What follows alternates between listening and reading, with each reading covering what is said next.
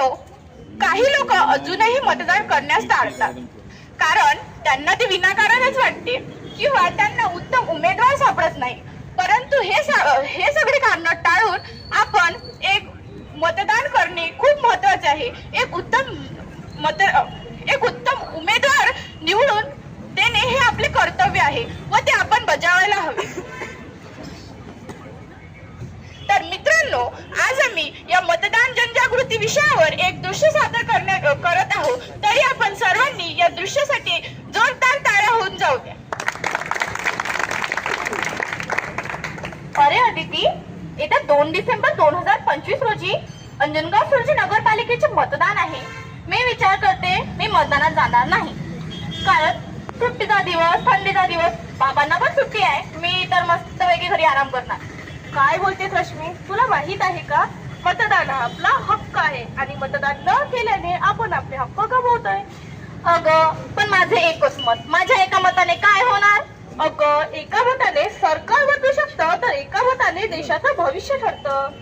तुला सांगू का, माझी आई तर म्हणाली की एवढी लांबी रांग, त्या मतदानासाठी उन्हात जा, खूप ऊन लागतं. आणि माझा भाऊ तर त्याच्यापेक्षा भारी. माझा भाऊ काय म्हणतोय की तिथे वायफाय तर मिळेल ना, आणि मी त्यावर बोलते की नाही रे बाबा, तिथे वायफाय तर नाही, पण मेंदू तुझा ऑन होणार.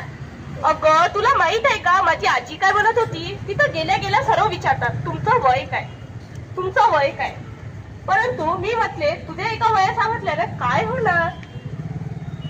तुला सांगू का, माझे बाबा काय म्हणतात, माझे बाबा म्हणतात एवढी लांबी रांग, त्या रांगमध्ये कोण उभं राहणार, सर्व पाय दुखतात, ठणकतात. मग तर माझे बाबा जायला तयारच नाही झाले. आता तूच बोल, मी याच्यावर काय बोलू? माझं तर ठरलंय, मी आधीच सांगितलं, कधी कोणी गेलं नाही तर त्यांना स्वयंपाकच नाही.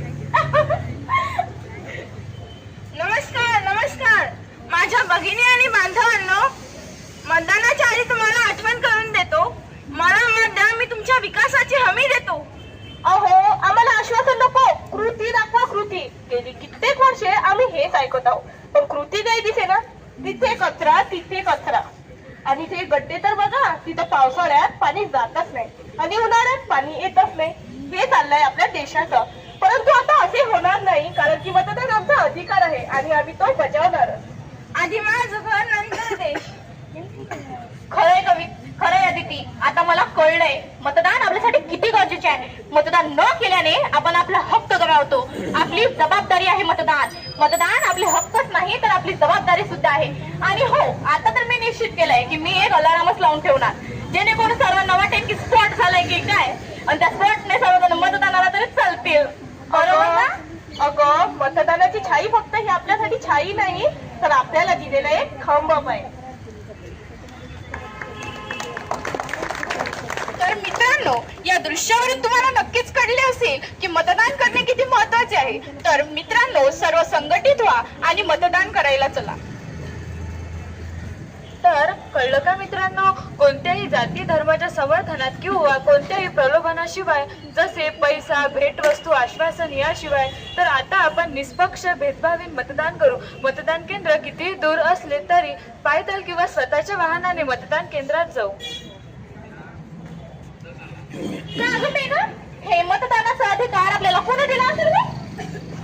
का गं, तुला माहीतच नाही का, आपल्याला मतदानाचा अधिकार हा भारतीय संविधानातून भेटलेला आहे.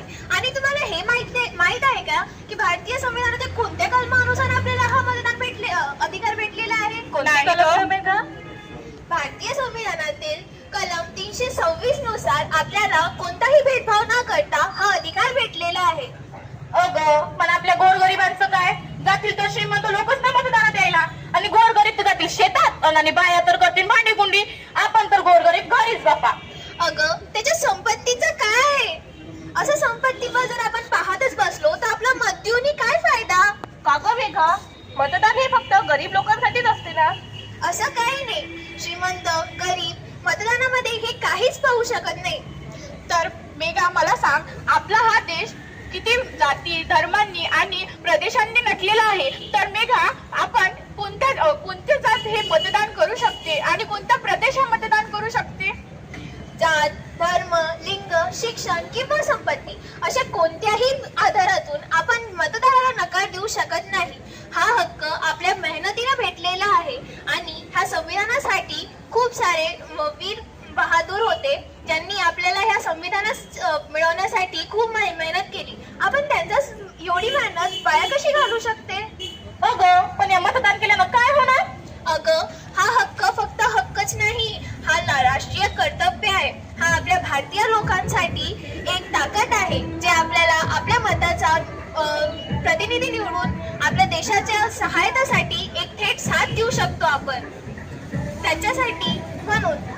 मतदान हा फक्त हक्कच नाही तर मतदान हा एक राष्ट्रीय कर्तव्य आहे आणि आपण आपला हक्क बजावणारच.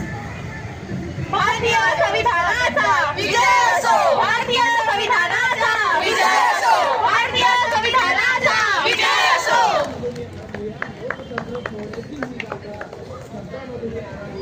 तर मित्रांनो, कळले? जर आपल्या देशाला जर आपल्याला बदलायचे असेल तर आपल्याला आपल्या स्वतःपासून सुरुवात करावी लागेल आणि त्यासाठी आपलं मतदान करणे हे खूप महत्त्वाचे आहे. मतदान करा आणि आपल्या देशाला आणि आपल्या लोकशाहीला मजबूत बनवा.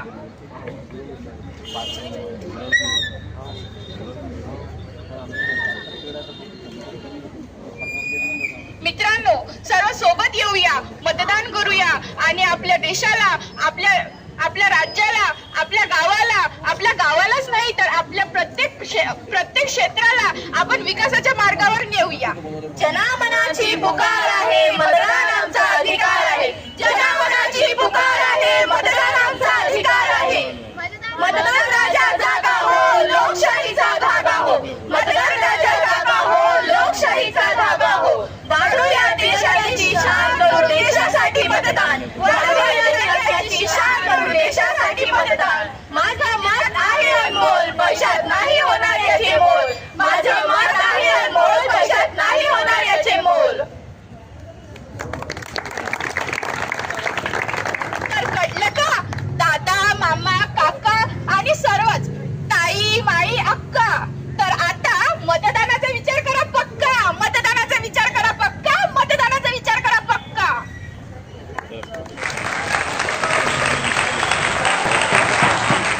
धन्य धन्य हे संविधान,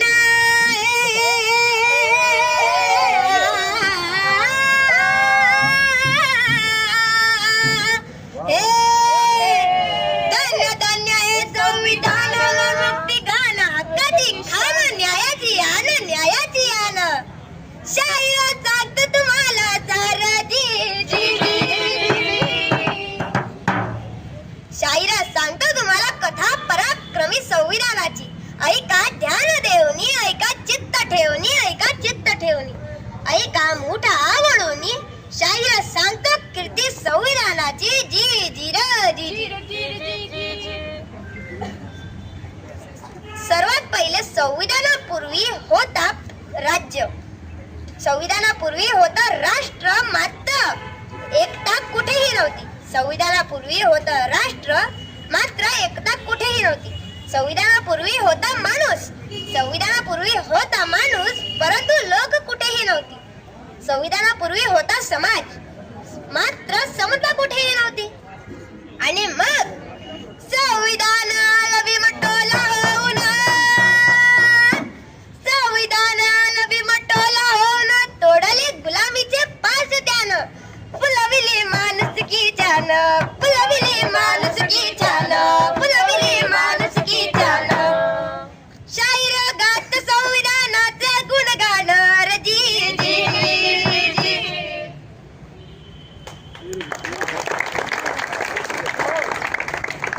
नमस्कार मंडळी. आज 26 नोव्हेंबर म्हणजे संविधान दिन. पण येणाऱ्या 2 तारखेला आपल्या अंजनगाव येथील नगर परिषद येथील निवडणूक आहे. पण तुम्हाला माहित आहे का की तुमच्या एका मताला किती महत्व आहे?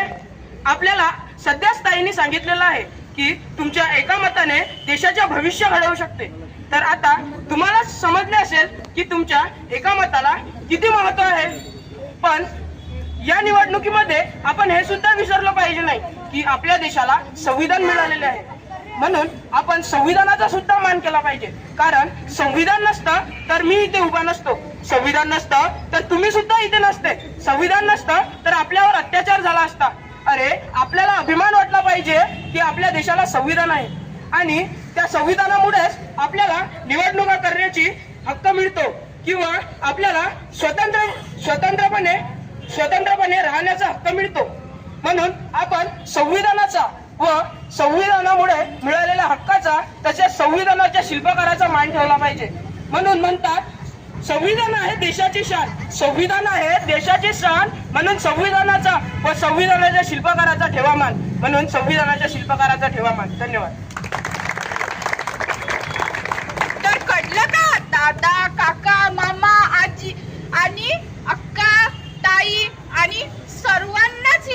आहे की येत्या 2 डिसेंबर 2025 रोजी अंजनगाव शहरातील नगर परिषदेचे मतदान आयोजित करण्यात येत आहे. तरी सर्वांना इथे उपस्थित सर्व नागरिकांना माझी नम्र विनंती आहे की त्यांनी आपले मतदानाचा अधिकार बजावावा. धन्यवाद. इथे उपस्थित असलेल्या सर्व मान्यवरांचे, पाहुण्यांचे आणि उपस्थित सर्व नागरिकांचे मी मनापासून धन्यवाद करते. त्यांनी आम्हाला हे पथनाट्य ऐकले आणि आम्हाला चांगला प्रतिसाद दिला, त्याबद्दल मी सर्वांचे धन्यवाद करू इच्छिते.